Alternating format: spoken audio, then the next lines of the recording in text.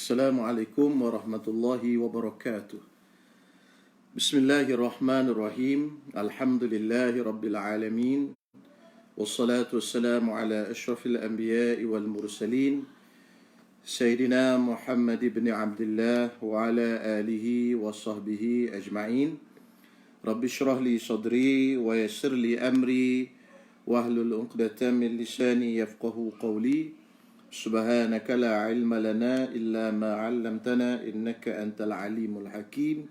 Wala hawla wala quwwata illa billahil aliyil azim. Amma ba'd. Yang bagi salam, Assalamualaikum. Saya jawab Waalaikumsalam warahmatullahi wabarakatuh. Ahlan wa sahlan. Yang saya nampak notification di sini, Saudara Akmal, Saudara Luqman, Ustaz Asmawi, Saudara Khafiz, Amir Kasyah, Ustaz Ali Nazri, Waalaikumsalam, Ustaz Haris dari Kahirah, dan yang lain-lain lah, saya tak nampak. Jadi insyaAllah malam ni kita sambung lagi pengajian kitab Safinatun Najah, kelas yang ke-6. Kelas yang ke-6 malam ni, siri yang ke-6. InsyaAllah kita sambung kepada perkara yang kita berhenti malam tadi, iaitu syarat sah mandi wajib dan juga syarat sah berwudu. Yang mana kesemua syarat itu ada 10 semuanya. Malam tadi kita telah berhenti sampai ke syarat yang ketiga. Saya ulang balik, syaratnya ada 10 untuk sahkan mandi wajib dan juga sahkan berwudu, ada 10. Jadi ada rukun wudu 6 dah disebut dulu. Kemudian malam ni kita bincang syarat sah mandi wajib dan juga syarat sah berwudu. Jadi kebiasaannya orang jangan sebut syarat sah wudu dan mandi wajib ni, yang mereka banyak sebutnya iaitu tentang rukun. Jadi akhirnya tak jelas tentang syarat ini, akhirnya banyak benda yang terlepas. Jadi rukun cukup tapi syaratnya tak cukup, jadi tak sah juga. Okey, baik. Cuma beza antara rukun dengan syarat.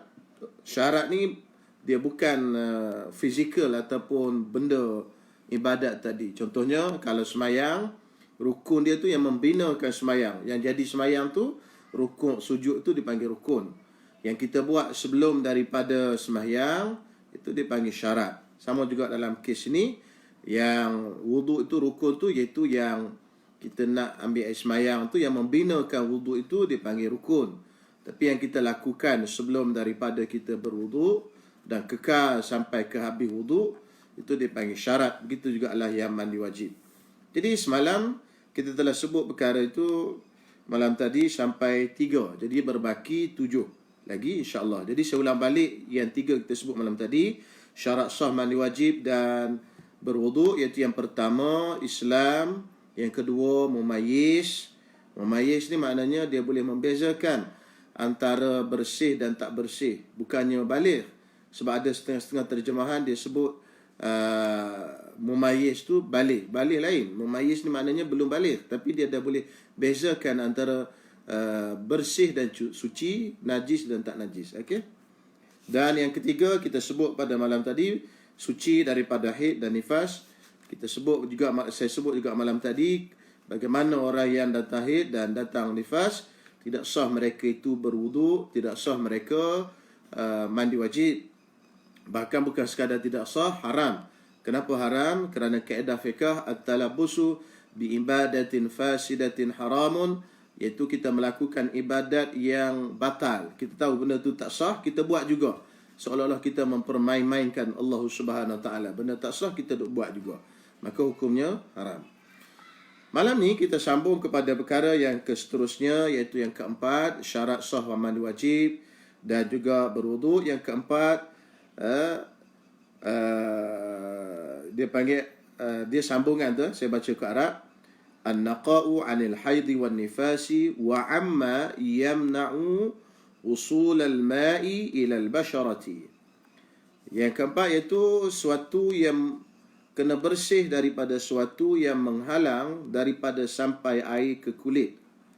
Maksudnya kalau kita nak mandi wajib, nak bersuci, nak berwuduk tadi, maka antara syaratnya yang keempat ni, mesti di kulit kita ni tidak ada yang menghalang daripada air sampai ke kulit kita. Maksudnya tidak ada penghalang. Contoh selotip, contoh apa lagi, cat, contoh apa lagi, sisi ikan dan sebagainya. Ini semua dipanggil penghalang daripada air itu sampai ke kulit. Maka kalau ada benda-benda ini, tidak sah lah air semayang kita dan juga tidak sah mandi wajib kita. Jadi sebelum daripada kita nak ambil air semayang, nak mandi wajib, kita semaklah, cek dulu ada benda-benda yang melekat ke apa. Kalau ada, kita buang.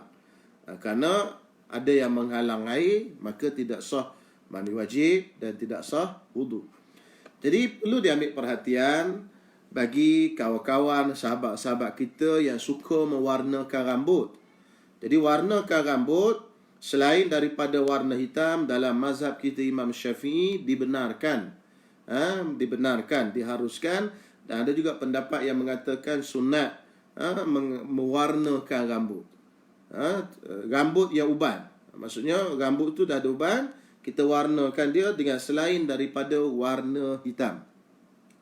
Adapun warna hitam dalam mazhab kita Imam Syafi'i hukumnya haram, melainkan untuk orang-orang yang nak masuk peperangan, orang-orang yang nak masuk dalam jihad, supaya nampak muda, tak nampak uban tadi, dibenarkan untuk mewarnakan dengan warna hitam. Selain pada mereka ini, hukumnya haram dalam mazhab kita Imam Syafi'i.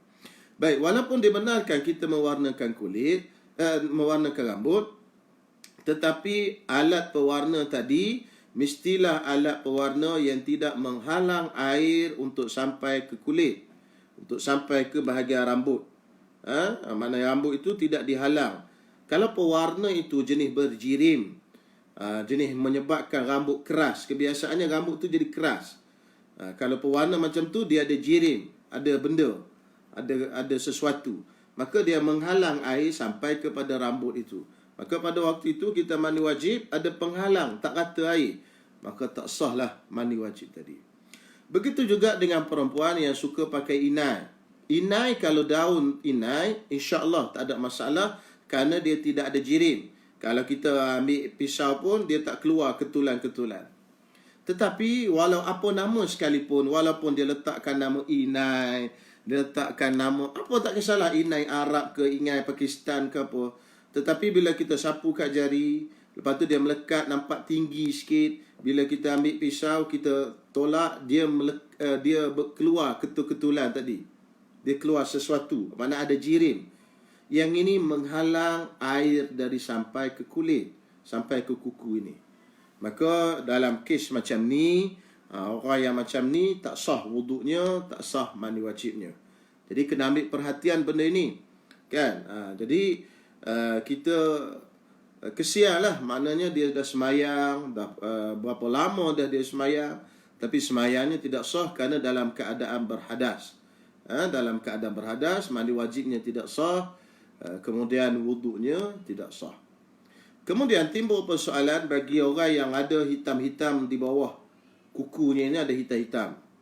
Biasanya orang yang kerja mekanik, orang yang kerja petani dan sebagainya, yang main tangan dia, maka menyebabkan di bawahnya ini hitam. Menyebabkan di bawahnya ini hitam, kukunya hitam dan sebagainya. Jadi macam mana orang yang macam ni? Adakah perlu dia bersihkan kuku dia dan sebagainya sampai sebersih-bersihnya?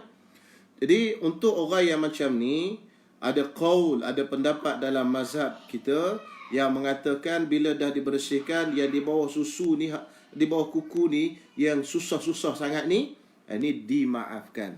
Yang ni dimaafkan. Jadi maknanya tak ada masalah lah bagi mekanik, bagi petani dan sebagainya. Kuku dia hitam-hitam ni bawah ni, ini tak ada masalah. Semayang sajalah, insya-Allah Allah Ta'ala maafkan.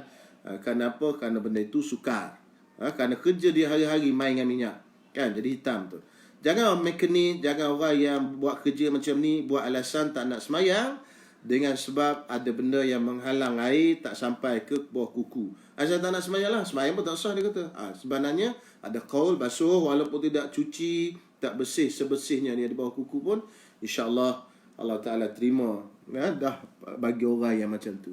Yang tak boleh tadi, yang berhias, yang sengaja-sengaja buat pengilap kuku, kitab dan sebagainya, ini kena ambil perhatian lah, kena buang, kena kikis dan ambil wuduk semula.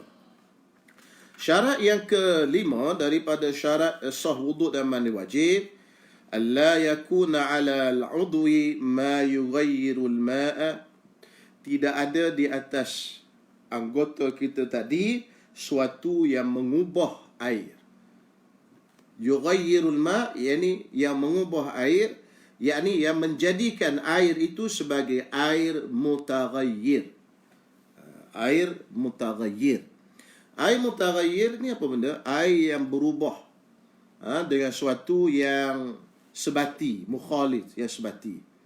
Maka air yang macam ni bila kita gunakan tadi untuk buat mandi wajib dan berwuduk, maka air itu tidak boleh digunakan. Kenapa? Kerana dia bukan air mutlak. Dia bukan air mutlak. Baik, saya buat misal. Kita mandi wajib sebagai contoh. Kita ambil mandi wajib. Dalam keadaan kita mandi wajib, belum lagi selesai semua, kita sabun. Kita sabun badan kita. Bila kita sabun guna shokubutsu ke apa benda kan, Lifebuoy ke, buih dia banyak. Bila kita jirus air ni, air baru lepas sabun ni, air yang baru ni, kita ambil air itu berubah dengan sabun. Ini dia panggil air mutaghayyir. Air yang baru ini tidak boleh dibuat untuk bersuci. Maknanya dia mengalir ni bukan dikira mandi wajib. Itu kira basuh daki. Sebab apa? Sebab air yang ada atas badan kita tu air mutaghayyir. Sebab itu kalau kita nak mandi wajib, lebih elok kalau kita dahulukan mandi wajib dulu, kemudian kita selepas daripada itu kita mandi biasa, dan lebih elok lagi kalau kita mandi dulu biasa dulu dengan sabun dulu, lepas tu baru kita mandi wajib. Lebih elok, bukan kata tak boleh kalau kita mandi terus dengan sabun pun. Cuma kita kena faham, masa kita jirus sabun turun tu, itu bukan mandi wajib. Air itu air mutaghayyir, air yang berubah. Bila dah kering semua, dah habis. Bukan kering, dah habis dah sabun semua kat atas badan ni, kita jiruh tu, kena tu, air semata-mata, itu baru air mutlak. Itu baru sambungan mandi wajib. Itu kena ambil perhatian bagi orang yang mandi wajib sambil sabun. Sebab air yang diguna tu dia panggil air mutaghayyir. Air mutaghayyir ni bukan air mutlak, air yang berubah. Okey, sama juga pada waktu kita berwuduk, di atas kulit kita ni ada za'faran ke, safran ke atau sebagainya. Bila kita jirus, air itu berubah warna dia. Air ni tak boleh lagi untuk dikira sebagai air wuduk, kena ambil air lain. Bila dah jirus, air itu tak berubah warna.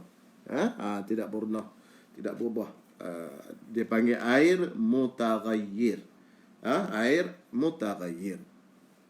Baik, tuan-tuan semua, jelas tu kena ambil perhatian betul-betul. Bagi orang yang mandi guna sabun, mandi wajib tadilah. Mandi biasa tak payah cerita. Ni kita tak nak cerita mandi biasa ni. Mandi biasa tuan-tuan nak mandi kot macam mana pun terpulang lah.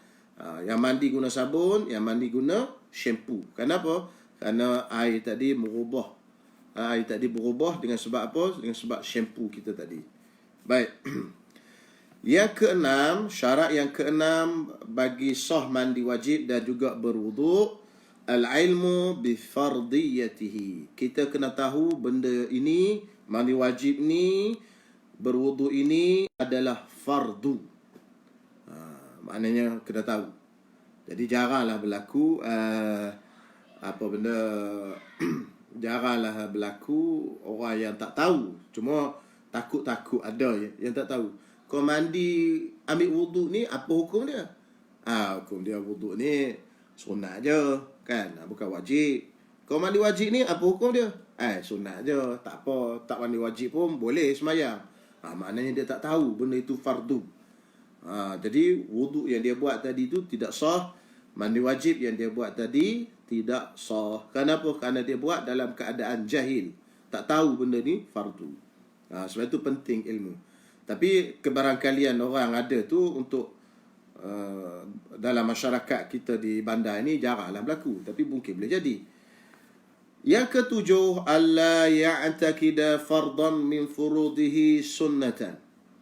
Jangan dia beriktikad salah satu daripada fardu mandi, yakni rukun-rukun mandi dan rukun-rukun wudu itu sunat. Okey, ini masalah. Kita tak tahu dalam ambil wudu tu daripada sejak kita basuh tangan, berkumur, masuk air kidul sampai basuh kaki, kita tak tahu hak mana fardu, hak mana sunat. Ini masalah. Ini masalah sikit. Okey. Jadi kalau kita kata salah satu daripada fardu, rukun 6 yang kita bahagikan pada hari itu, 4 basah 2 kering tadi, kalau kita kata salah satu daripada 6 ini, kita kata sunat. Pegangan kita sunat. Contoh kita kata niat ni sunat. Ataupun kita kata basuh kaki itu sunat. Maka dia beriktikad, berpegang salah satu daripada rukun-rukun wudu ataupun fardu rukun-rukun mandi sunat. Salah satu daripada rukun mandi, rukun wudu sunat. Maka wudunya tadi tidak sah. Tidak sah. Tidak sah untuk semua. Sama ada dia orang alim, dia orang jahil, tak sah belaka. Itu mengikut pendapat Ibn Hajar. Kenapa? Kerana benda ini fardu ain, kata dia.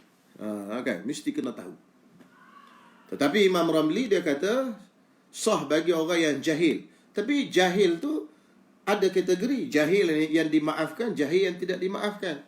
Jahil yang dimaafkan macam mana? Jahil macam biasa saya selalu sebut dalam bab fardu ain ni, jahil yang dimaafkan ialah orang yang baru masuk Islam dan juga orang yang duduk jauh daripada ulama.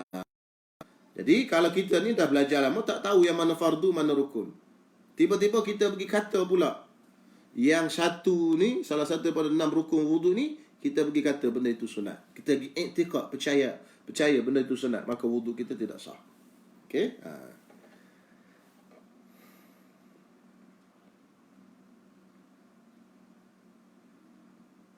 Jadi kalau untuk senang kan, kalau bisa kata dia ni orang kata payah Ustaz, saya dah tua dah, tak apa nak ingat mana. Ngaji pun tak apa nak faham mana satu fardu, mana satu rukun. Macam mana? Orang yang macam ni masuk dalam kategori orang awam. Maka bagi orang awam ni, dia pegang semua perbuatan wudu itu adalah fardu. Okey, insya-Allah. Kalau macam ni sah. Untuk selamatlah bagi orang awam. Tapi kita belajar ni, insya-Allah kita boleh bezakanlah di antara fardu dan sunat. Syarat yang ke-8, al-ma'ut tahur. Air yang kita gunakan mestilah air yang suci lagi menyucikan.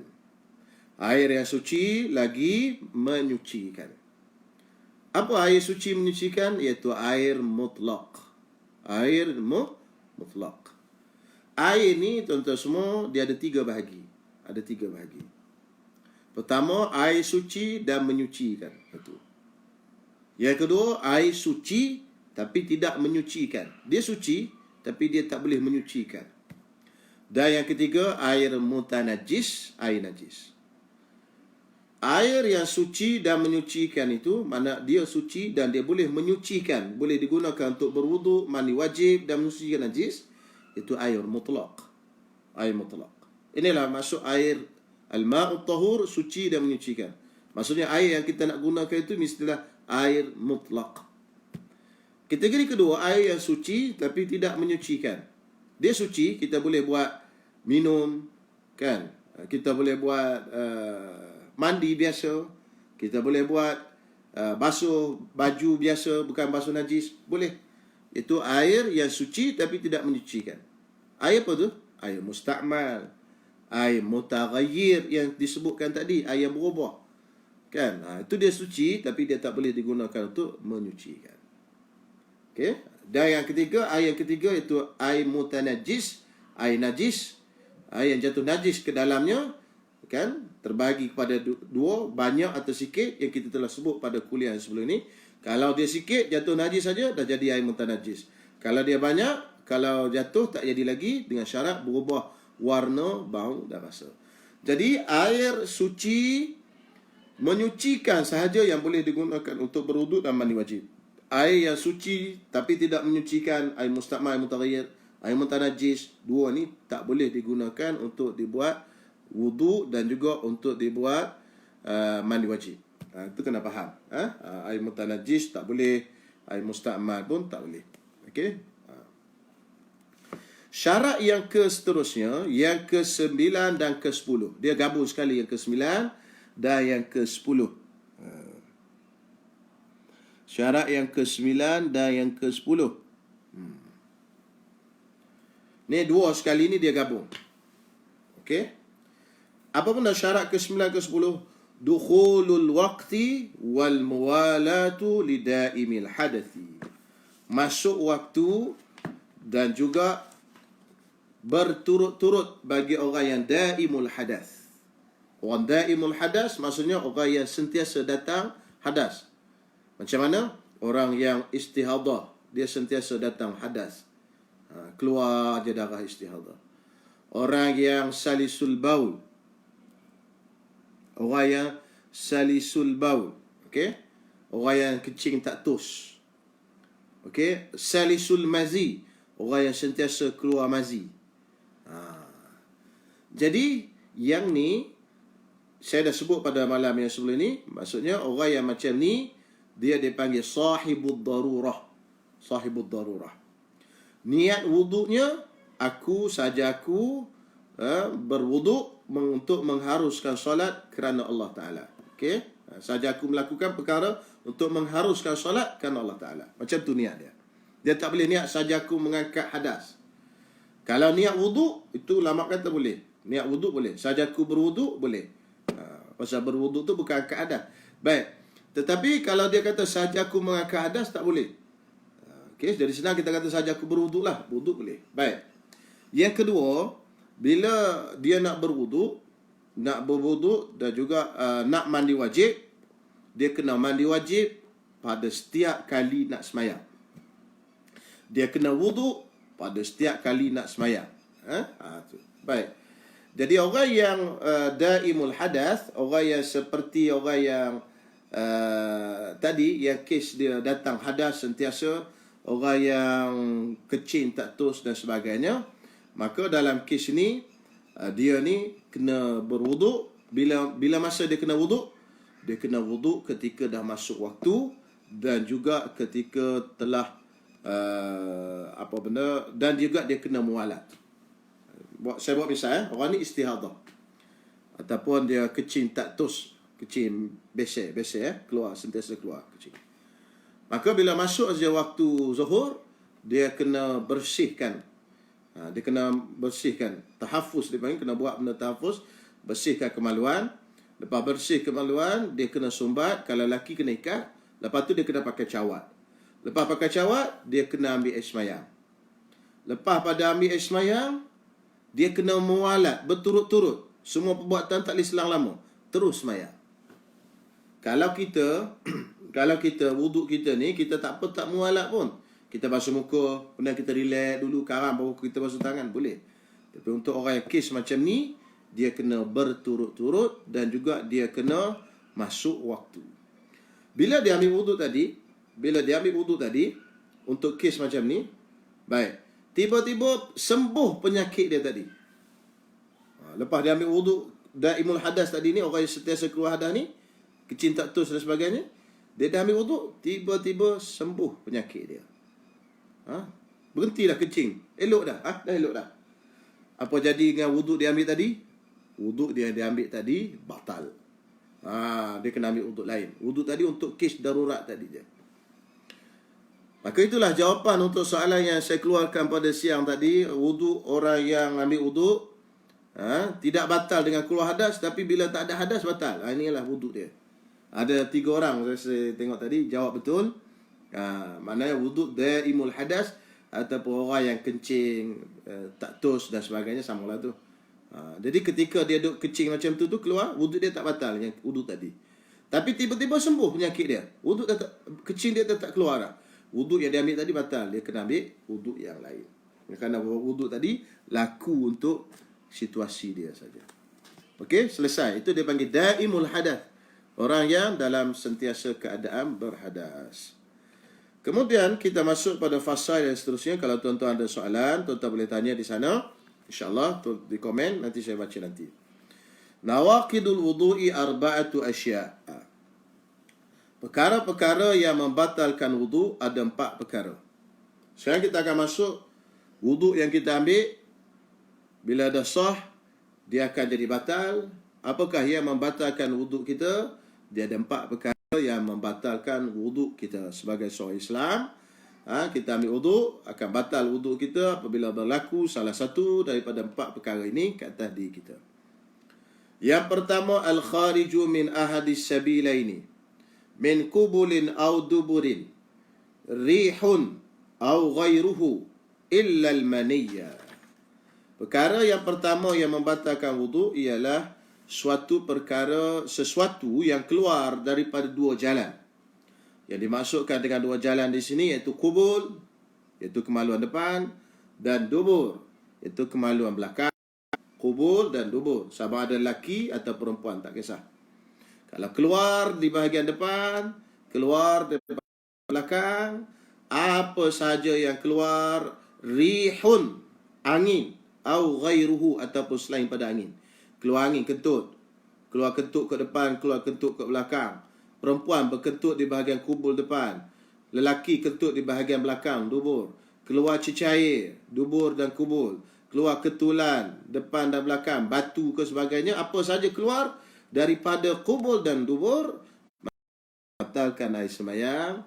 Satu saja tak batal semayang, iaitu keluar mani. Illal mani, melainkan mani. Macam mana? Contohlah. Dia tidur macam ni. Dia tidur bersandar macam ni. Tiba-tiba dia tidur.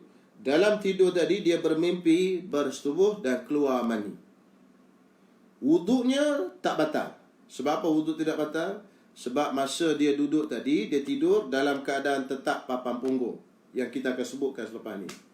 Duduk sila macam ni, tak batal. Bersandar. Okey. Kemudian, keluar maninya tadi, dia keluar mani, mewajibkan mandi. Kenapa? Kerana keluar mani, wajiblah dia mandi. Oleh itu, dia hanya wajib mandi, wuduknya tak batal. Wuduknya tak batal. Dia kena mandi. Wuduknya tak batal. Okey? Mungkin tuan-tuan tanya, apa faedahnya? Mandi juga. Kan? Wuduk tak batal. Faedahnya ialah, mungkin boleh bagi faedah pada orang yang mungkin dia talak ke. Contohnya kan, bila dia batal wuduk, jatuh talak bini dia. Tapi wuduk dia tak batal. Tak itu lagi lah talak. Okey, itu penting lah benda itu.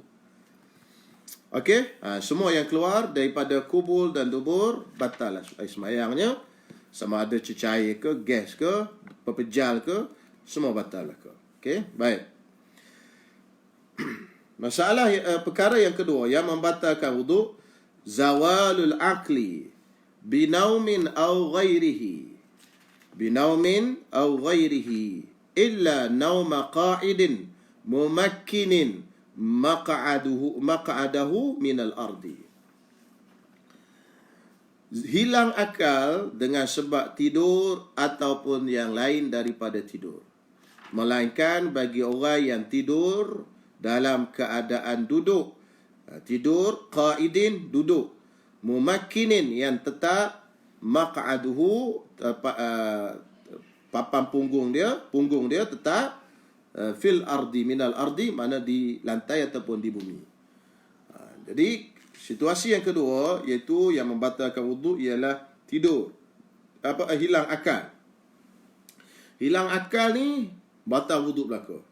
Hilang akal termasuk dalam kategori hilang akal, sama ada dengan tidur, tapi tidur dia akan kecualikan di belakang nanti yang saya sebut tadi. Ada satu kes kecuali tidur. Sama ada dengan tidur ataupun selain daripada tidur. Apa lain pada tidur? Contohnya gila. Orang tu gila. Tiba-tiba je dia ada wuduk, lepas tu gila sekejap, lepas tu dia sembuh. Bila dia sembuh tadi, batal wuduknya. Okey? Ataupun dia pensan. Pensan tu hilang akal. Irma', pensan. Pitam ataupun pensan. Maka bila dia sedar, maka batal lah wuduk dia. Ataupun sorak. Sorak ni histeria. orang yang kena rasuk kat jin, orang yang kena histeria, dia mengamuk. Masru' dia panggil orang yang kena rasuk. Maka selepas daripada dia kena rasuk, batal wuduk dia tadi kalau dia ada wuduk sebelum dia dirasuk tadi. Kenapa? Kerana dia masuk dalam kategori hilang akal. Ataupun dia mabuk. Mabuk. Contohnya dia ambil wuduk. Lepas ambil wuduk, dia pergi minum arak. Wuduk ambil wuduk juga, minum arak juga. Macam-macam PA manusia ni. Dia pun minum arak, mabuk dia.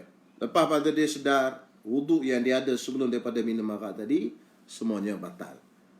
Itu kenapa? Kerana termasuk dalam kategori hilang akal. Cuma ada satu tafsilan dalam kes hilang akal, iaitu hilang akal dengan sebab tidur. Bila kita tidur, dia termasuk hilang akal juga, hilang kesedaran dia panggil.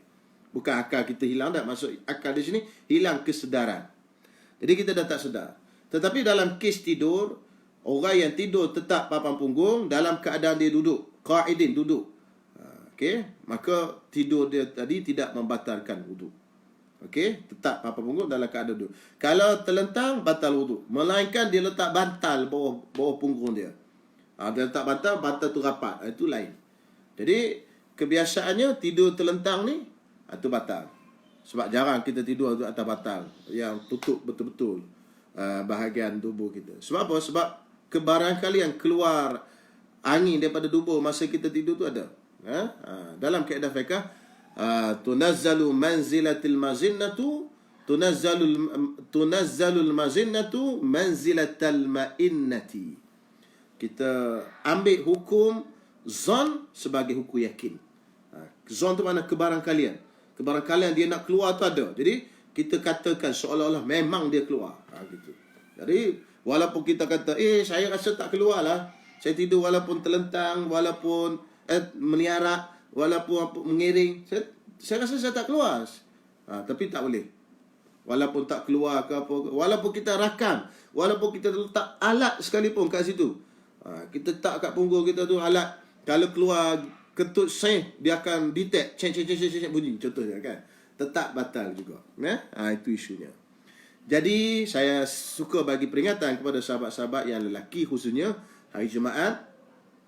Kadang-kadang ada kawan-kawan kita ni dia tidur masa khutbah. Sama ada dia tidur, dia turun ke bawah ataupun dia terlentang ke belakang. Jadi ada 1, 2, 3 kes kadang-kadang dia turun ke bawah tu sampai dahi dia tu mencecah ke lantai ataupun mencecah ke kaki dia. Agak-agak punggung dia naik tak? Kalau punggung dia naik, masa tu dia tidur. Maka tidur ini membatalkan wuduk. Tiba-tiba orang qomat, dia pun bangun sembahyang Jumaat. Allahu Akbar. Ini masalah. Sembahyang dia tak sah. Dia tak sedar tu. Ataupun kadang-kadang dia tidur, dia terlentang, terangkat kaki dah. Contohnya, dia terangkat kaki. Maknanya bahagian punggung ni dia terangkat, ada terlentang ke belakang kan. Tiba-tiba dia segan dan malu nak ambil wuduk, dia lebih habis khutbah, orang baru qomat, dia tu sembahyang. Sembahyang ni tidak sah. Okey. Soalannya, macam mana kita nak tahu kita tidur atau tidak tidur? Kalau tidur dengan mengantuk macam mana? Saya baru mengantuk lagi, baru mengantuk kan. Jadi yang membezakan antara tidur dan tak tidur ataupun mengantuk, ada perbezaannya. Yang pertama, ulama kata antara alamat tidur itu ialah mimpi. Kalau masa kita tidur tadi kita dah ingat mimpi, pergi makan ke apa-apa, itu tidurlah tu panggil. Walaupun kita saya tak tidur tapi dah bermimpi. Kan. Masa tu tengok dia macam duduk dalam masjid haram lah, macam-macam dia mimpi. Kan? Itu tidurlah. Maknanya kalau apa-apa punggung dia bergerak, maka terangkat ke apa, tak tetap di lantai, maka batal lah wuduk dia. Kalau tidak, tak batal. Kalau mengantuk, tak batal. Mengantuk ni apa tanda dia? Kita dengar perkataan orang walaupun kita tak faham. Tapi kalau kita dengar perkataan orang dan juga kita mimpi, bermakna kita dah tidur. Sebab apa? Sebab mimpi itu tanda tidur. Okey? Itu kena jelas pada perkara yang membatalkan wuduk yang kedua. Yang ketiga, perkara yang membatalkan wuduk yang ketiga ialah iltiqa'u basyaratai rajulin wa imra'atin kabiraini ajnabiyaini min ghairi ha'ilin. bertemu dua kulit lelaki dan perempuan yang dewasa. Keduanya ajnabiyah, yakni bukan mahram keduanya, min ghairi hailin, dengan tidak berlapik. Yang pertama, bertemu kulit, basyaratai, dua kulit. Kalau selain daripada kulit, tidak membatalkan wudu. Selain pada kulit apa? Rambut, gigi dan juga kuku. Kuku tak panggil kulit, gigi tak panggil kulit, rambut tak panggil kulit. Contohlah, dia nak pergi sembahyang, dia turun-turun tangga, isteri dia pun lalu juga, terlanggar rambut saja, terselak rambut dan sebagainya, tidak batal wudu, kerana rambut itu tidak termasuk dalam makna kulit. Jadi yang disebut sini, bersentuh atau bertemu dua kulit, kulit lelaki dan perempuan, kedua-duanya kulit. Okey, kulit itu pula ghairu hail, tak berlapik. Di hujung tu dia sebut ghairu hail, tidak berlapik. Kalau berlapik, itu tidak dipanggil bertemu kulit dengan kulit, kerana ada berlapik, tak batal juga. Walau berlapik itu nipis, walau berlapik itu cerah. Contohnya plastik. Isteri kita pakai sarung tangan plastik yang cerah itu, dia pegang kita, tak batal sembahyang. Kenapa? Kerana berlapik walaupun cerah. Walaupun dia pakai baju yang nipis, kain yang nipis, kain transparent dan sebagainya, pegang gitu, okey, tidak batal. Kenapa? Kerana berlapik. Okey, di hujung tu dia sebut berlapik. Dengan tidak berlapik baru batal. Lagi syaratnya rajulin wa imra'atin, lelaki dengan perempuan. Kalau lelaki dengan khunsa tidak batal. Kenapa? Kerana khunsa ni kita tak pasti, dia perempuan atau tak perempuan. Jadi kaedah fiqh al-yakinu la yazulu bisyak. Keyakinan itu tidak akan gugur dengan syak. Maksudnya yang bersentuh tadi bukannya apa benda, lelaki. Tak pasti lagi dia lelaki. Yang seterusnya, yang kedua tadi, kabira ini. Dua-dua tu besar, dewasa. Apa makna dewasa? Maksudnya kalau orang tengok dia tu dah diingini orang. Perempuan biasanya umur berapa? Kalau orang tengok diingini orang. Kalau masyarakat Melayu kita ni biasa apa? Umur 10, 11. Kan? Tengoklah, tubuh badan dia tu berbeza-beza. Mungkin kita tengok dia tu kecil. Lain. Mungkin dia dah besar. Umur 11 dia dah besar, badannya dah besar. Dan mungkin dah ada bahagian-bahagiannya dah timbul dan sebagainya. Maka pada waktu itu dipanggil besar. Apa makna besar? Orang yang sihat sejahtera tengok dah ada keinginan. Orang yang sakit otak tu tak boleh fikir, tak boleh masuk cerita. Ustaz, ada orang tengok baby pun syok. Itu orang gila, tak boleh kira. Orang yang tiba'us salimah, tabiat ataupun peribadi dia sihat sejahtera, tak sakit, tak apa. Mana dia tengok dah ada keinginannya. Macam Imam Syafi'i, kan? Kalau perempuan pula macam Sayyidah Nafisah, dia tengok kat budak lelaki ni, maknanya orang yang macam dah ada keinginan. Jadi kalau lelaki umur berapa biasa? Kalau perempuan tengok ada keinginan, umur 12, 13, macam tu. Kita lebih kurang lah. Kita tengok keadaan, adat kebiasaan masyarakat kita. Jadi bila bersentuh dua itu tadi, batal lah sembahyangnya. Dengan syarat yang lain pula, ajnabiyaini, kedua-duanya itu adalah ajnabi. Yang ini kedua-duanya bukan mahram. Mahram ni ada 3 sebab. Okey, kena ingat tuan-tuan semua, mahram ada 3 sebab. Pertama dengan sebab nasab, yang kedua dengan sebab penyusuan, yang ketiga dengan sebab perkahwinan musaharah. Okey, yang sebab dengan nasab ada 7. Pertama, ibu. Lelaki tak boleh berkahwin dengan ibu dia. Yang kedua dengan anak perempuan dia. Ibu ke atas, anak perempuan dia ke bawah. Tak boleh. 2. Yang ketiga, adik-beradik perempuan dia. Yang keempat, adik-beradik mak dia. Adik-beradik mak dia. Itu makcik dia. Makcik dia kan? Makcik. Mak saudara belah mak. Yang kelima, adik-beradik ayah dia. Makcik juga kan? Makcik sebelah ayah. 5. Yang keenam, anak saudaranya. Anak saudaranya. Tetapi sebelah adik-beradik lelakinya. Anak adik-beradik lelaki dia. Anak saudara. 6. Dan yang ketujuh, anak saudara tapi anak adik-beradik perempuan dia. Anak saudara juga kita panggil. Anak buah kita tapi anak adik-beradik perempuan kita. Ini 7 semua. Ini 7 yang haram dengan sebab nasab. Kemudian haram dengan sebab penyusuan. Itu kalau seorang perempuan tu dia menyusukan seorang baby yang umur 2 tahun ke bawah dengan 5 kali susuan. 5 kali. Bukan 5 kali kenyang. 5 kali susuan. Walaupun tak mengenyangkan. Jadi tuan-tuan kena faham yang dengar ni, jangan lagi guna 5 kali kenyang. Tidak ada dalam kitab fiqh kenyang tu. 5 kali, khamsa marrat, 5 kali. Tak semestinya setiap kali tu kenyang. Contoh dia menyusu, dia berhenti, dia main sekejap, dia tengok kan, dia pergi main pun, lepas tu dia sambung. Walaupun yang pertama tadi tak kenyang, tapi yang sambung yang kedua ni dah dijadikan nombor 2. Kerana dia dah terputus dah. Itu kena apa? 5 kali susuan dan juga yang keduanya budak tadi, baby tadi umur 2 tahun ke bawah. Maka jadilah budak susuan tadi masuk dalam keluarga dia, dan anak susuan dia tadi masuk dalam keluarga dia. Jadi budak tu dan keturunan dia ke bawah jadi mahram kepada keluarga tadi.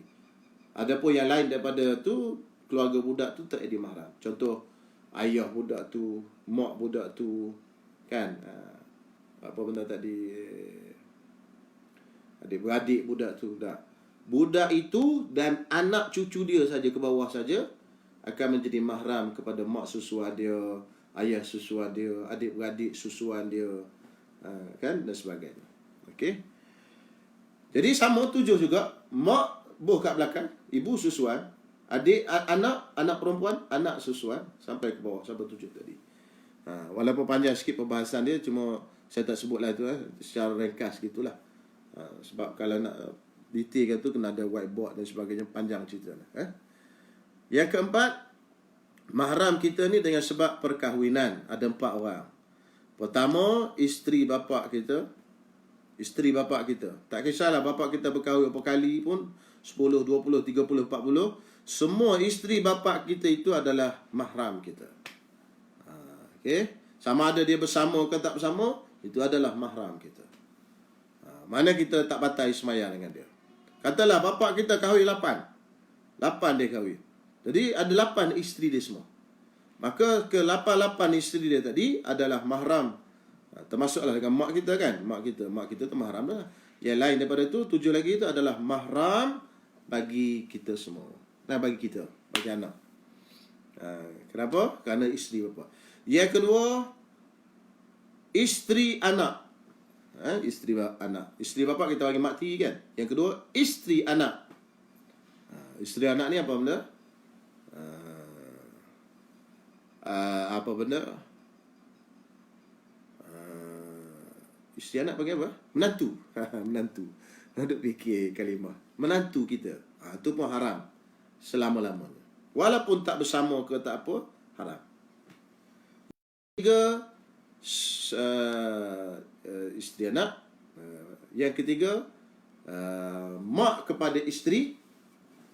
Mak kepada isteri. Apa mak kepada isteri? Mak mentua kita kan? Mak mentua kita. Lepas akad nikah tu, sah, habis haram. Sampai ke hari kiamat. 4. Dan yang keempat, iaitu anak isteri. Kan? Anak isteri. Tadi mak isteri. Ini anak isteri. Anak isteri kita panggil apa? Anak tiri. Anak tiri kita sebagai orang lelaki. Yang ini, anak tiri ni, syaratnya ada satu tambah. Mesti bersama dengan mak dia dulu, baru anak tiri tadi jadi mahram kita. Takdir ceritalah, dia berkahwin dengan perempuan ni, ada anak tiri. Malam pertama, belum berlaku hubungan kelamin, meninggal. Meninggal siapa? Meninggal isteri tadi. Meninggal isteri. Belum sempat bersama. Si isteri ni ada anak tiri yang besar, anak perempuan besar. Jadi tinggallah bapa tiri ni seorang. Adakah mahram dia 2 orang ni? Bukan mahram. Dia tak boleh duduk berdua-duaan satu rumah. Hukumnya haram, bukan mahram. Kenapa? Kerana belum berlaku hubungan kelamin dengan mak dia. Jadi kena berjauhan. Tak kita kata pula anak tiri tadi datang berjumpa anak tiri kata, Allah kesian kat ayah ya. Tak apalah ayah, biarlah saya jadi pengganti mak. Kan? Saya berkahwin dengan ayah. Boleh ke? Takdir cerita kan? Boleh hukumnya. Sebab apa? Sebab tidak berlaku hubungan lagi mak dia dulu dengan ayah dia. Dengan ayah tiri dia ni. Jadi bukan mahram lagi dua ni. Tetapi kalau dah berlaku hubungan kelamin, maka hubungan tu menjadikan anak tiri perempuan tadi mahram kita. Okey? 4 mahram. Dengan sebab perkahwinan. Jadi yang ni semua ni mahram. Maka kalau sentuh tak batal sembahyang. Kalau selain daripada golongan ini, sentuh batal sembahyang. Tak kira lah dia muda ke tua, tak kira lah dia ini cantik ke tak cantik, kafir ke tak kafir, merdeka ke hamba, semua batal berlaku. Sentuh dengan sengaja, sentuh dengan terlupa, sentuh dipaksa, sentuh ada syahwat, sentuh tak ada syahwat, semua asal bersentuh saja batal. Walaupun saya tak sengaja pun tetap batal juga. Dan yang terakhir sekali, perkara yang membatalkan, iaitu menyentuh masu qubulil adami, menyentuh kubul anak Adam. Kubul ni anggota depan, au halqati duburihi, ataupun bulatan duburnya, bi batnir rahati au butudil asabi', dengan tapak tangan ataupun perut jari-jari. Jadi maksudnya macam ni, kita sentuh kemaluan anak Adam. Bila sebut anak Adam, tak termasuk kemaluan binatang. Sentuh kemaluan binatang tak batal. Jadi yang dimasukkan dengan kemaluan iaitu kubul anggota depan, iaitu kubul lelaki, ialah, minta maaf tuan-tuan dan puan-puan semua, nak bagi tahu had mana yang batal, iaitu semua batang paip dia tu batal. Selain daripada itu tak batal. Itu yang lelaki. Yang perempuan, bahagian bibirnya itu saja yang batal, yang selain daripada itu tidak batal. Okey, selesai.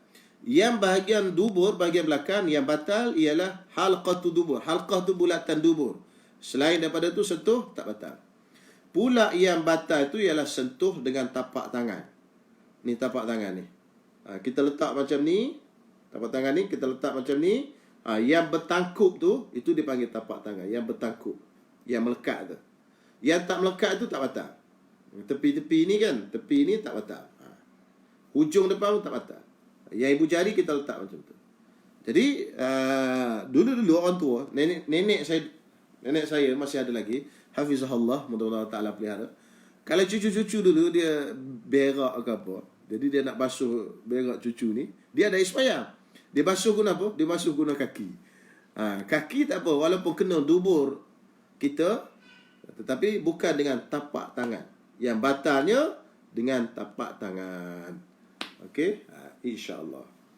Jadi saya rasa setakat dulu, kita pun dah panjang perbahasan kita, dah sampai pukul 10.23 dah ni, dah hampir sejam kita baca kitab. Sebab yalah, benda tu nak dikena hurai, pendek-pendek pun hurai juga, jadi panjang juga, insya-Allah.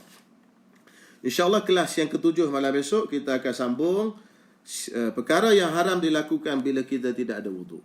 Bila batal wudu, apa haram kita buat. Okey, insya-Allah. Baik, malam ni kita tengok soalan dulu. Kalau ada soalan, kita tengok soalan. Okey, saya tengok di sini dulu Okey.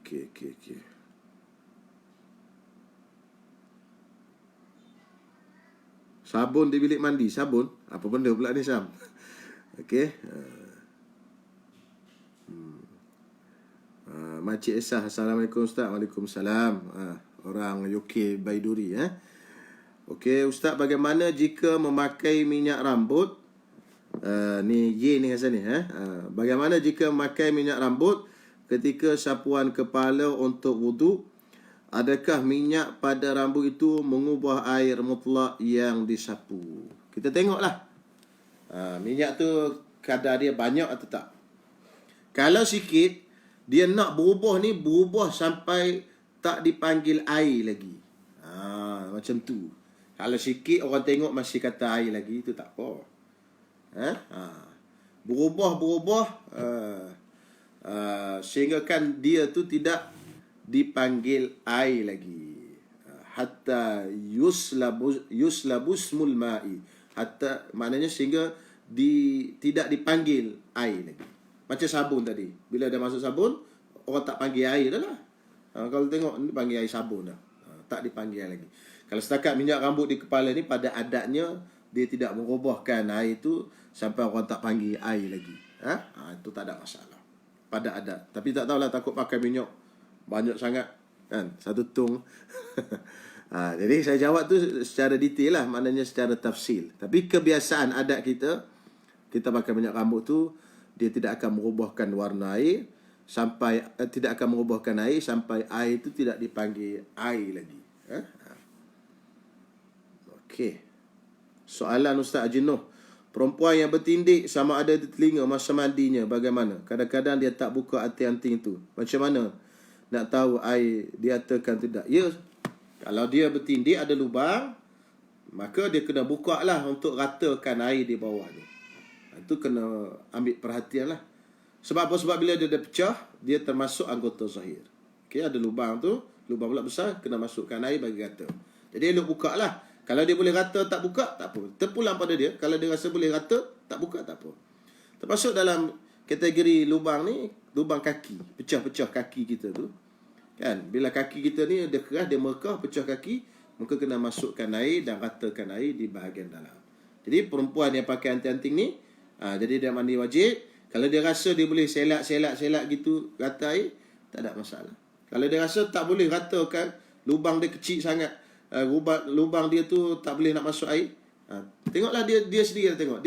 Dia berpandu kepada dia boleh masuk air atau tak, boleh ratakan air atau tak. Kan? Kalau tak boleh ratakan air, wajib buka. Okey. Kalau Ustaz, kalau orang yang jenis kencing tak terus nak buat umrah haji, macam mana pula? Samalah, umrah haji pun macam tu. Kan? Yang wajib dia yang wajib apa benda dia ada sucinya ialah orang yang benda buat umrah haji ni, wajib sucinya ialah untuk tawaf saja. Yang lain pada kita tak masalah. Jadi bila dia bersuci di hotel tu, lepas pada dia bersuci di hotel apa semua tu, dia buat proses tadi, dia terus pergi tawaf. Tak ada masalah. Walaupun lambat pun tak ada masalah. Dalam perjalanan tu dimaafkan lah. Kan? Jarak perjalanan daripada hotel ke Masjidil Haram tu dimaafkan lah. Pasal jarak tu yang perlu tempuh itu, maknanya dia masuk dalam perkara yang berkaitan dengan tawaf tadi. Macam kita semayang lah. Kalau lepas kita buat proses tadi, bukanlah kata kita terus pergi semayang, tak. Kalau kita nak tutup aurat dulu, nak hampas jadah dulu, kan, dan sebagainya, itu tak apa. Dia masuk dalam perkara yang berkaitan dengan semayang. Jadi selesai macam tu, terus pergi tawaf. Habis tawaf, dia pergi sa'i. Dan sa'i tak ada masalah, tak ada wuduk apa semua. Dia yang penting ada wuduk tadi masa waktu suci daripada hadas tu pada waktu tawaf saja. Kalau memakai celak bagaimana? Adakah perlu hilangkan ketika berwuduk? Sama kes celak ke kes apa, terpulang tengok kepada benda tadi yang boleh menghalang wuduk atau tidak. Lipstick ke, celak ke, apa sebagainya, semua. Kalau jenis kalis air tebal, ada jirim yang tak masuk air sampai ke bawah, maka kena hilangkan. Lipstick pun sama. Kalau lipstick yang mahal-mahal, yang tenyih ini tak hilang, mesti kena hilangkan. Maknanya air tak sampai ke bawah. Kalau boleh sampai ke bawah, itu tak apa. Jadi tengoklah. Saya pun tak tahu jenis-jenis lipstick ni. Kena tanya alim ulama bab lipstick lah. Kan? Jadi apa-apa pun tengok pada kandungan dia, adakah dia boleh menyampaikan air ke bahagian bawah atau tidak. Kan? Jadi kalau dia boleh sampai bahagian bawah, okey. Kalau tidak, bersihkan dia.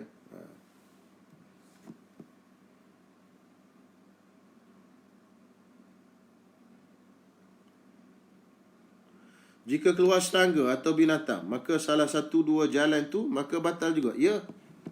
Kalau keluar serangga daripada dubur. Serangga daripada dubur macam mana pula tu batal jugalah. Bukan serangga lah, mungkin ulat ataupun cacing. Cacing tu ada dalam perut kita, dia keluar. Dia pun keluar sikit, dia jenguk kat dunia ni, panas pula dunia, dia pun masuk balik. Batal juga wudu tu. Apa? Sebab keluar sesuatu daripada dua jalan. Okey? Orang yang ada batu karang, dia kencing keluar batu. Kencing tu pun batal, keluar batu pun batal. Ataupun dia tak kencing, tengok-tengok keluar batu, debu keluar, ikut kemaluan depan dia, pun batal juga. Okey?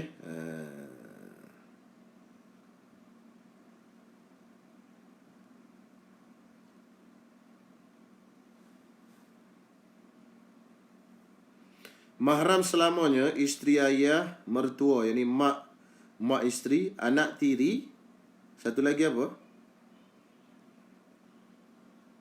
Isteri ayah. Yang saya sebut tadi kan? Isteri ayah. Yang kedua, isteri anak, menantu. Kan? Menantu. Satu lagi menantu.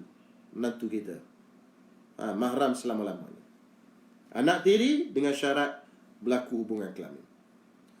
Salam Ustaz, tidur tetap papa punggung tapi bersandar. Boleh ke? Boleh. Bersandar macam ni tak apa. Mana papa punggung di bawah, bersandar. Bersandar tetap lah. Mana duduk macam tu. Kan? Kalau bersandar sampai dah ke bawah, tak boleh lah. Maknanya bersandar dalam keadaan lurus. Macam tu. Punggung kita masih ke bawah.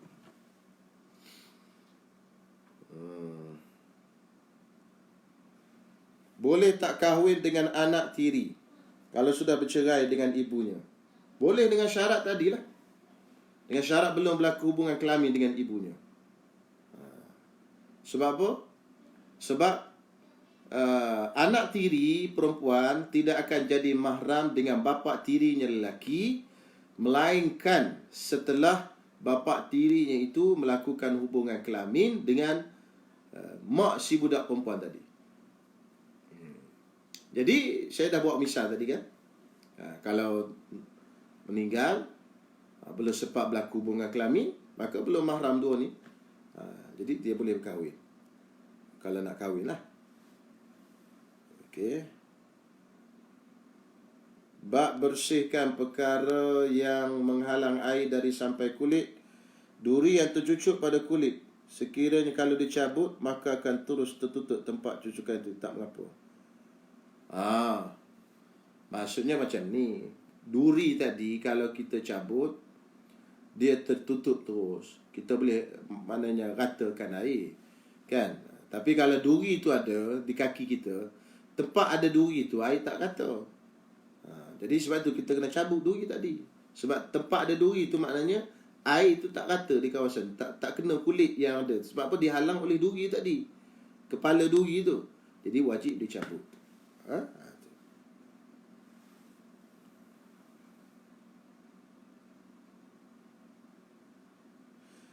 Kesan kunyit ni bukan jirim. Dia tak ada masalah. Kunyit ni dia bukan jirim, dia warna saja. Dia menghalang air sampai tadi mesti benda yang berjirim. Berjirim ni mana kita kikih ni dia ada benda keluar. Macam tu. Mudah nak faham lah. Contohnya blanco, liquid. Kita tolak kan dia ada keluar kan. Jadi yang macam ni, ada ketulan-ketulan ni, dia menghalang air sampai ke bawah. Kalau kunyit tu, warna kunyit tu dia bukan jirim. Dia kesan saja, warna saja. Dia kena faham yang menghalang air sampai tu mesti ada benda yang berjirim. Berjirim tu makna ada sesuatu, ain, ada sesuatu. Kalau kita, biasanya kalau kita kikis-kikis, dia ada keluar benda. Tu. Kan? Tapi kalau kunyit tadi dia termasuk dalam warna. Warna tu tak apa. Okey. Saya contohnya Farouk berjalan-jalan. Farouk. Kuat berjalan Farouk. PKP ni jangan berjalan, Hafiz. Saya contohnya Farouk. Soalan saya contohnya Farouk berjalan-jalan. Terjumpa kemaluan yang terputus dan dia pegang. Farouk dalam keadaan berwuduk. Batal tak wuduk dia? Ya, batal. Pegang kemaluan yang terputus batal. Okey, berbeza dengan pegang anggota yang terputus tak batal. Contoh kita tengok orang accident, tangan dia terputus, tangan lelaki. Kita perempuan, kita pegang anggota yang terputus tak batal. Anggota selain daripada kemaluan. Kan? Masun, lamsun.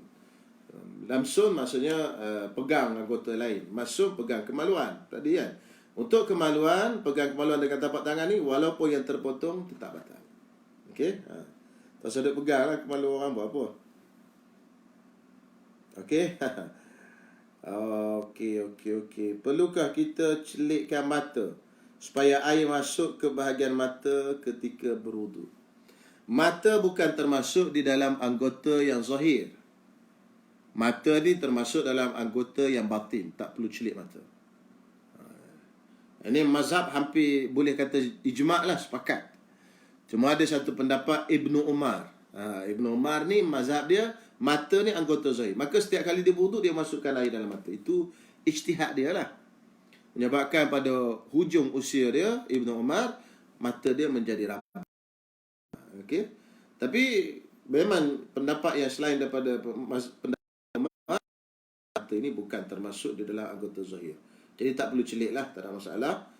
Bahkan pejam pun tak apa, biasa macam ni pun tak apa. Jadi biasa kita pejam lah kan. Pasal tak nak bagi air masuk ke dalam mata. Okey. Yang tentu anggota zahir ni ialah ni bibir ni, jangan masuk ke dalam. Okey. Mana dia? Perlu okey. Kalau yang daimul hadas tu dengan tawaf tiba-tiba azan zuhur, boleh tak terus solat atau kena ulang wuduk semula? Ia kena ulang wuduk semula. Kena tahafuz. Dia tak boleh semayang di situlah. Dia kena balik ke hotel dan buat benda yang lain. Okey? Untuk soalan Ali tadi. Okey. Ustaz, jawapan soalan tengah fikih tengah hari tadi apa? Dah jawab tu tadi dalam live. Itu wuduk orang yang sentiasa keluar hadas. Itu orang istihadah dan sebagainya. Daimul hadas. Jadi wuduk dia masa diambil tadi, kes wuduk untuk darurat tu, masa duk keluar lagi berterusan, keluar istihadah tu, keluar kencing ke apa tak tu tadi tu, dia tak batal, dimaafkan wuduk tu. Kan? Tetapi tiba-tiba bila dia sembuh daripada penyakit tadi, tak keluar dah wuduk, maka wuduk tadi batal, dia kena ambil wuduk yang lain. Itu yang maksudnya, wuduk apakah yang tidak batal dengan keluar hadas, tapi batal dengan tidak berhadas. Tak berhadas, mana dah sembuh daripada penyakit tadi, tak ada hadas dah, batal lah wuduk dia. Jika berbekam di bahagian muka untuk naik seri wajah dan kebersihan kulit, darah bekam telah kering beku, sah tak wuduk? Darah bekam telah kering beku. Darah bekam yang ada di muka ni, yang kat luar ni, pertama darah ni dia najis. Jadi kita kena bersihkan dulu.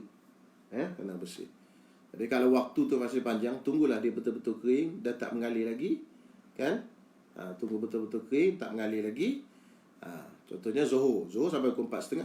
Kan? Sampai habis waktu Zuhur. Pukul 4 pun tak ada masalah, kita nak semayang. Yang penting semayang tu sah. Tengoklah betul-betul dia berhenti habis, kita pun bersihkan benda ni. Bersihkan darah. Okay? Tak boleh kita semayang dalam keadaan macam tu. Pasal darah tu najis.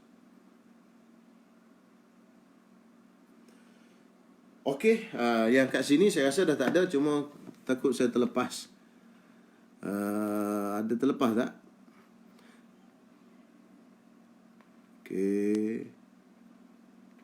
Okey.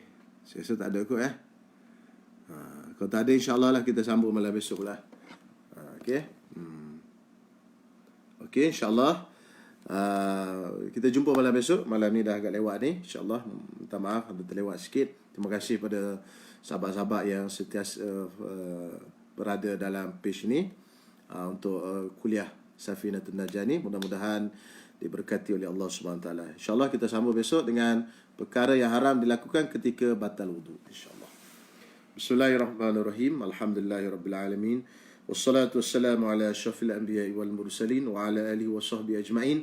Allahumma rabbana fa'na bima 'allamtana, rabbana 'allimna ma yanfa'una, ربنا فقهنا وفقه أهلنا وقربات لنا في ديننا اللهم اهدنا بهداك واجعلنا ممن يسارع في رضاك ولا تولنا وليا سواك ولا تجعلنا ممن خالف أمرك وعصاك وحسبنا الله ونعم الوكيل وصلى الله على سيدنا محمد وعلى آله وصحبه وسلم والحمد لله رب العالمين.